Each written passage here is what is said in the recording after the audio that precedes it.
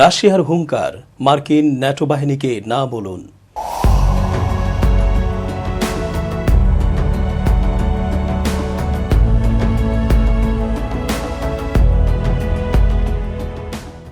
আসসালামু আলাইকুম ওয়া রাহমাতুল্লাহ। সুপ্রিয় দর্শক, আন্তর্জাতিক চোখ অনুষ্ঠানে সবাইকে স্বাগতম। ভালো আছেন আশা করছি। আজকের পুরো পর্বের সাথে আছি যথারীতি আমি এস.জে. রতন। আফগানিস্তান যুদ্ধে কাপুরুষের মতো হেরে মার্কিন ও ন্যাটো বাহিনীর যথেষ্ট শিক্ষা হয়েছে। অন্যান্য রাষ্ট্রসহ পরাশক্তি চীন ও পাকিস্তানকে সাথে নিয়ে মার্কিন ন্যাটো বাহিনীকে চূড়ান্তভাবে কোণঠাসা করতে চায় কৌশলী রাশিয়া। আফগানিস্তান থেকে গত আগস্টে যুক্তরাষ্ট্র ও ন্যাটো বাহিনী চূড়ান্তভাবে বিদায় নিয়েছে, কিন্তু এখন তারা কোনো একটা অজুহাত দেখিয়ে এই অঞ্চলে ঘাঁটি গড়ার চেষ্টা করছে। এ আশঙ্কা থেকে মার্কিন ও ন্যাটো বাহিনীকে ঠাঁই না দিতে আফগানিস্তানের প্রতিবেশীদের প্রতি আহ্বান জানিয়েছে রাশিয়া। বার্তা সংস্থা রয়টার্সের প্রতিবেদনে এ তথ্য জানানো হয়। গেল 27 অক্টোবর বুধবার রাশিয়ার পররাষ্ট্রমন্ত্রী সের্গেই ল্যাভরভ এ আহ্বান জানান। আফগানিস্তান নিয়ে ইরানের রাজধানী তেহরানে আয়োজিত একটি সম্মেলনে ভিডিও লিঙ্কের মাধ্যমে বক্তব্য দেন শীর্ষ এই রুশ কূটনীতিক। We call on Afghanistan's neighboring countries not to allow a military presence of US and NATO forces that plan to move there after leaving Afghanistan's territory. তেহরানে আয়োজিত সম্মেলনে ইরান, চীন, পাকিস্তান, তাজিকিস্তান, তুর্কমেনিস্তান, উজবেকিস্তানও অংশ নেয়। সম্মেলনে আফগানিস্তানের প্রতিবেশীদের একটি সুস্পষ্ট বার্তা দেয় রাশিয়া। মস্কোর বার্তার মূল কথা, আফগানিস্তান থেকে মার্কিন ও ন্যাটো বাহিনী প্রত্যাহারের পর এখন তারা কোনো অজুহাত দেখিয়ে এই অঞ্চলের কোনো দেশে ঘাঁটি গড়ার চেষ্টা করতে পারে। তারা এমন আবদার করলে আফগানিস্তানের প্রতিবেশী দেশগুলো যেন তা নাকচ করে দেয়। তারা যেন মার্কিন ও ন্যাটো বাহিনীকে কোনোভাবে ঠাঁই না দেয়। সের্গেই ল্যাভরভ বলেন, মার্কিন ও ন্যাটো বাহিনীর সামরিক উপস্থিতিকে অনুমোদন না দেওয়ার জন্য আমরা আফগানিস্তানের প্রতিবেশী দেশগুলোর প্রতি আহ্বান জানাই। মার্কিন ও ন্যাটো বাহিনী আফগান ভূখণ্ড ছেড়ে যাওয়ার পর এখন আবার এই অঞ্চলে ফিরে আসার পরিকল্পনা করছে বলে আশঙ্কা প্রকাশ করেন রুশ পররাষ্ট্রমন্ত্রী।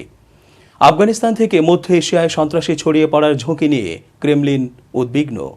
মস্কোর আশঙ্কা, এই বিষয়কে একটা অজুহাত হিসেবে কাজে লাগিয়ে এই অঞ্চলে, বিশেষ করে সোভিয়েত ইউনিয়নের অংশ ছিল এমন এলাকায় পা রাখার কথা ভাবতে পারে পশ্চিমারা। সের্গেই ল্যাভরভ বলেন, আফগানিস্তান থেকে অভিবাসীদের প্রবাহরোধ ও নিয়ন্ত্রণ করাটা অত্যন্ত গুরুত্বপূর্ণ। অপরাধী ও সন্ত্রাসীরা ইতিমধ্যে শরণার্থীর ছদ্মবেশে আফগানিস্তানের প্রতিবেশী দেশগুলোয় ঢোকার চেষ্টা করছে। তাজিকিস্তানে রাশিয়া তার বৃহত্তম বিদেশি সামরিক ঘাঁটি পরিচালনা করে আসছে। তাজিকিস্তানের সঙ্গে আফগানিস্তানের দীর্ঘ সীমান্ত রয়েছে। তালেবান আফগানিস্তানের ক্ষমতা দখলের পর তাজিকিস্তানের সেনা ও সামরিক সরঞ্জামের উপস্থিতি বাড়িয়েছে রাশিয়া। রাশিয়ার সাথে মার্কিন যুক্তরাষ্ট্র ও তার মিত্রদের সাথে সম্পর্ক আগে থেকেই খারাপ। বিভিন্ন ইস্যু বিশ্লেষণ করলেই তা বোঝা যায়।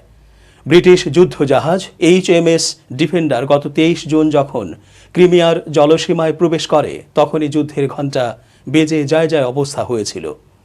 এই যুদ্ধজাহাজটি ন্যাটোর একটি নৌ মহড়ায় অংশগ্রহণের জন্য কৃষ্ণ সাগরে অবস্থান করছিল। মহড়া শুরুর আগে জাহাজটি ইউক্রেনের ওডেসা বন্দর পরিদর্শন করে। এরপর সেখান থেকে জর্জিয়ার বাতুমি বন্দরের উদ্দেশ্যে রওনা দেয়। জাহাজটি ক্রিমিয়া উপদ্বীপে রাশিয়ার দাবি করা জলসীমার পাশ দিয়ে যাওয়ার সময় রুশ সামরিক বাহিনীর চ্যালেঞ্জের মুখে পড়ে। রাশিয়ার সেনারা HMS ডিফেন্ডারকে সতর্ক করতে ফাঁকা গুলি ছোঁড়ে, এমনকি তারা পানিতে বোমাও ফেলে। এরপর ব্রিটিশ জাহাজটি দ্রুত আন্তর্জাতিক নৌসীমায় চলে যায়। রাশিয়া অভিযোগ করেছে, ব্রিটিশ যুদ্ধজাহাজ HMS ডিফেন্ডার ক্রিমিয়ায় তাদের জলসীমায় অনুপ্রবেশের বিষয়টি যুক্তরাষ্ট্র তাদের P-8 পসিডেন নামের একটি গোয়েন্দা বিমানের সাহায্যে মনিটরিং ও সমন্বয় করেছে। জাহাজটি ক্রেট থেকে উড্ডয়ন করার পর থেকে এটি ব্রিটিশ যুদ্ধজাহাজ HMS ডিফেন্ডারকে সবসময় রাশিয়ার তৎপরতা সম্পর্কে অবহিত করেছে। রাশিয়ার যুদ্ধজাহাজ, সাবমেরিন ও যুদ্ধ বিমানের গতিবিধি সম্পর্কেও HMS ডিফেন্ডারকে তথ্য সরবরাহ করেছে গোয়েন্দা বিমানটি। অন্যদিকে মার্কিন এই গোয়েন্দা বিমানটির গতিবিধি আগে থেকেই অনুসরণ করছিল রাশিয়া। এ কারণে রুশ বাহিনীও মার্কিন গোয়েন্দা বিমানের এসব তৎপরতা সম্পর্কে অবহিত ছিল। প্রেসিডেন্ট পুতিন দৃঢ়তার সঙ্গে যুক্তরাষ্ট্রকে জানান যে তাদের গোয়েন্দা বিমানের তৎপরতা রুশ কর্মকর্তারা নিশ্চিত হওয়ার সঙ্গে সঙ্গেই বিষয়টি তাকে অবহিত করেছেন। মার্কিন গোয়েন্দা বিমানের লেজে যে নম্বর লেখা আছে সেই নম্বরটিও পুতিন যুক্তরাষ্ট্রকে জানিয়েছেন।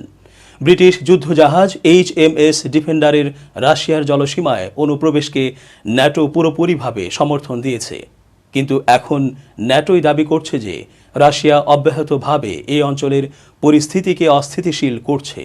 রাশিয়া বলছে ব্রিটিশ যুদ্ধজাহাজটির ইউক্রেনের ওডেসা বন্দরে যাওয়ার উদ্দেশ্য ছিল ইউক্রেনের সাথে ন্যাটোর সংহতি প্রকাশ করা, কেননা মস্কোর সাথে ইউক্রেনের বিরোধ চলছে। বিশ্লেষকরা বলছেন ন্যাটোর এই তৎপরতা ইউক্রেনের জন্য হিতে বিপরীত হয়েছে। এখন ইউক্রেনের বিরুদ্ধে যে কোনো ধরনের সামরিক ব্যবস্থা নিতে রাশিয়ার অবস্থানকে আরও জোরালো করেছে। বিরোধপূর্ণ ক্রিমিয়া উপদ্বীপের নৌসীমায় ব্রিটিশ যুদ্ধজাহাজের অনুপ্রবেশের পর বিষয়টি বাইডেন পুতিন শীর্ষ বৈঠকের আগেই পুতিনকে বড় ধরনের সামরিক মহড়া আয়োজনের সুযোগ করে দিয়েছিল। শুধু রাশিয়ান ভূখণ্ডেই নয়, বিরোধপূর্ণ ক্রিমিয়াতেও এই মহড়ার আয়োজন করে রুশ বাহিনী। রাশিয়ার এই মহড়া ইউক্রেনের নিরাপত্তার জন্য হুমকি, এ কথা জানিয়ে ন্যাটো মহড়া বন্ধ করার দাবি জানালে প্রেসিডেন্ট পুতিন মহড়া বন্ধ করার নির্দেশ দিয়ে তার সৈন্যদের ঘাঁটিতে ফিরে আসতে বলেন। কিন্তু সৈন্য প্রত্যাহার করা হলেও মহড়া অনুষ্ঠানে সহায়তার জন্য যে সামরিক সরঞ্জাম ও যুদ্ধাস্ত্র নেওয়া হয়েছিল তার বেশিরভাগই সেখানেই রয়ে গেছে। রাশিয়া ইউক্রেনের সাথে যে চুক্তি স্বাক্ষর করেছিল তার মধ্যেই দেশটি স্বাধীনতা ও সার্বভৌমত্ব ফিরে পেয়েছিল। ওই চুক্তিতে এটাও বলা হয়েছিল যে ক্রিমিয়ার গুরুত্বপূর্ণ বন্দর সেভাস্তিপোল উভয় দেশই ব্যবহার করবে, কেননা রাশিয়ার দক্ষিণাঞ্চলীয় নৌবহরের সদর দপ্তর এই বন্দরেই এবং ইউক্রেনের ছোট নৌবাহিনীও এই বন্দরেই অবস্থান করে। ইউক্রেনের প্রেসিডেন্ট ভিক্টর ইয়ানুকোভিচের সাথে পশ্চিমা বিশ্বের ঘনিষ্ঠ সম্পর্ক রাশিয়া মেনে নিতে পারেনি। ফলে 2014 সালে রাশিয়ার ইন্ধনে ইউক্রেনে এক গণ আন্দোলনে প্রেসিডেন্ট ভিক্টর ইয়ানুকোভিচ ক্ষমতাচ্যুত হন। এরপর রাশিয়ার সেনাবাহিনী ও ক্রিমিয়ার বিচ্ছিন্নতাবাদীরা ক্রিমিয়া উপদ্বীপ দখল করে নেয়। সেখানের সেভাস্তিপোল বন্দরে থাকা ইউক্রেনের নৌবাহিনীর যুদ্ধজাহাজ, সব অস্ত্র ও সামরিক সরঞ্জাম রাশিয়া আটক করে। পরে অবশ্য কয়েকটি জাহাজ ছেড়ে দেয় রাশিয়া। পরে ক্রিমিয়ায় অনুষ্ঠিত কথিত এক গণভোটের ফলাফলের ভিত্তিতে প্রেসিডেন্ট পুতিন ক্রিমিয়াকে রাশিয়ার সাথে সংযুক্ত করে নেন। কিন্তু জাতিসংঘ সহ আন্তর্জাতিকভাবে ক্রিমিয়া এখনও ইউক্রেনের অংশ হিসেবে বিবেচিত হয়। রাশিয়া ক্রিমিয়া দখল করেই বসে থাকেনি। ইউক্রেনের পূর্বাঞ্চলের কয়েকটি প্রদেশে বিদ্রোহীদের অস্ত্র ও আর্থিক সহায়তা দিয়ে এলাকাগুলো ইউক্রেন থেকে বিচ্ছিন্ন করারও উদ্যোগ নেন। 2018 সালের জুলাইয়ের কথা।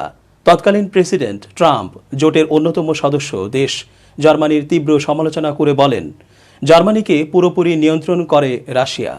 তিনি বলেন, গ্যাস চুক্তি করে জার্মানি রাশিয়াকে শত শত কোটি ডলার দিচ্ছে, অথচ ন্যাটোর সদস্য হিসেবে প্রতিরক্ষা খাতে জার্মানির যা খরচ করার কথা তার অর্ধেকও তারা করে না।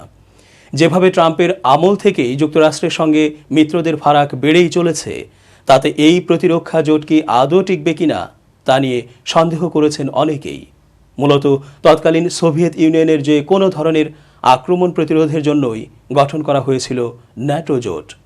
কিন্তু স্নায়ুযুদ্ধ যখন থেমে গেল, ন্যাটো জোটের উদ্দেশ্যও কিছুটা বদলে গেল। ইউরোপে স্থিতিশীলতা বজায় রাখার জন্য ন্যাটো জোটে অন্তর্ভুক্ত করা হলো নতুন অনেক দেশকে। অন্য অনেক দেশের সঙ্গে সহযোগিতার সম্পর্ক গড়ে তোলা হলো।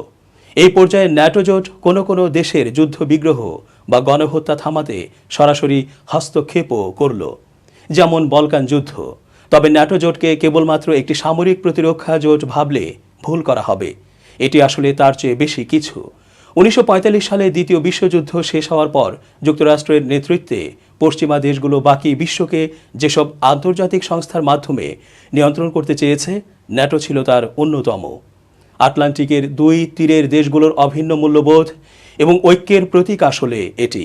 কিন্তু ডোনাল্ড ট্রাম্প যুক্তরাষ্ট্রের প্রেসিডেন্ট হওয়ার পর থেকে এখন পর্যন্ত এটির সেই গুরুত্ব যেন মারাত্মকভাবে খর্ব হতে চলেছে। ন্যাটো জোট বিগত বছরগুলিতে যে ধরনের কৌশলগত হুমকির মোকাবেলা করেছে তা এখন বদলে যাচ্ছে।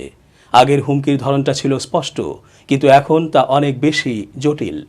রাশিয়ার পুনরুত্থান থেকে শুরু করে সাইবার যুদ্ধ, সন্ত্রাসবাদ থেকে ব্যাপক অভিবাসন, এরকম নানা ধরনের হুমকির মুখে ন্যাটো। এমনকি রাশিয়ার হুমকিও একেবারেই ভিন্ন প্রকৃতির। এটি সেই পুরনো আমলের সোভিয়েত ইউনিয়ন নয়। রাশিয়ার বিশাল সেনাবাহিনী ট্যাঙ্ক নিয়ে পশ্চিমের দেশগুলোর দিকে অগ্রসর হচ্ছে দৃশ্যটা ঠিক এরকম নয়, বরং এই হুমকি সাইবার হামলা থেকে শুরু করে প্রচার যুদ্ধ, যার মাধ্যমে পশ্চিমা গণতান্ত্রিক দেশগুলোতে অস্থিতিশীলতা তৈরি করা যায়। পশ্চিমা দেশগুলো স্পষ্টভাবে বিশ্বাস করে রাশিয়া দরকার হলে কাউকে হত্যার জন্য আততায়ী পর্যন্ত পাঠাতে পারে। 2006 সালে লন্ডনে আলেকজান্ডার লিটভিনেনকো হত্যাকাণ্ড কিংবা 2018-তে এক সাবেক রুশ গুপ্তচর সের্গেই স্ক্রিপাল এবং তার মেয়ের ওপর নার্ভ এজেন্ট প্রয়োগের উদাহরণ টানছেন তারা। রাশিয়া তুলনামূলকভাবে দুর্বল দেশ, কিন্তু দরকার হলে সামরিক শক্তি প্রয়োগে রাশিয়া পিছপা হবে না বলে মনে করা হচ্ছে। জর্জিয়া এবং ইউক্রেনে গত কয়েক বছরে যা ঘটেছে সেটা অন্তত তাই বলে। আর ন্যাটো যে নতুন নতুন দেশকে সদস্য করার মাধ্যমে তার সীমানা বাড়াচ্ছে, সেটা তো অবশ্যই রাশিয়াকে নিজের নিরাপত্তা নিয়ে উদ্বিগ্ন করে তুলছে। সুপ্রিয় দর্শক, আজ এ পর্যন্তই। ভালো থাকবেন সারা বেলা। আল্লাহ হাফেজ।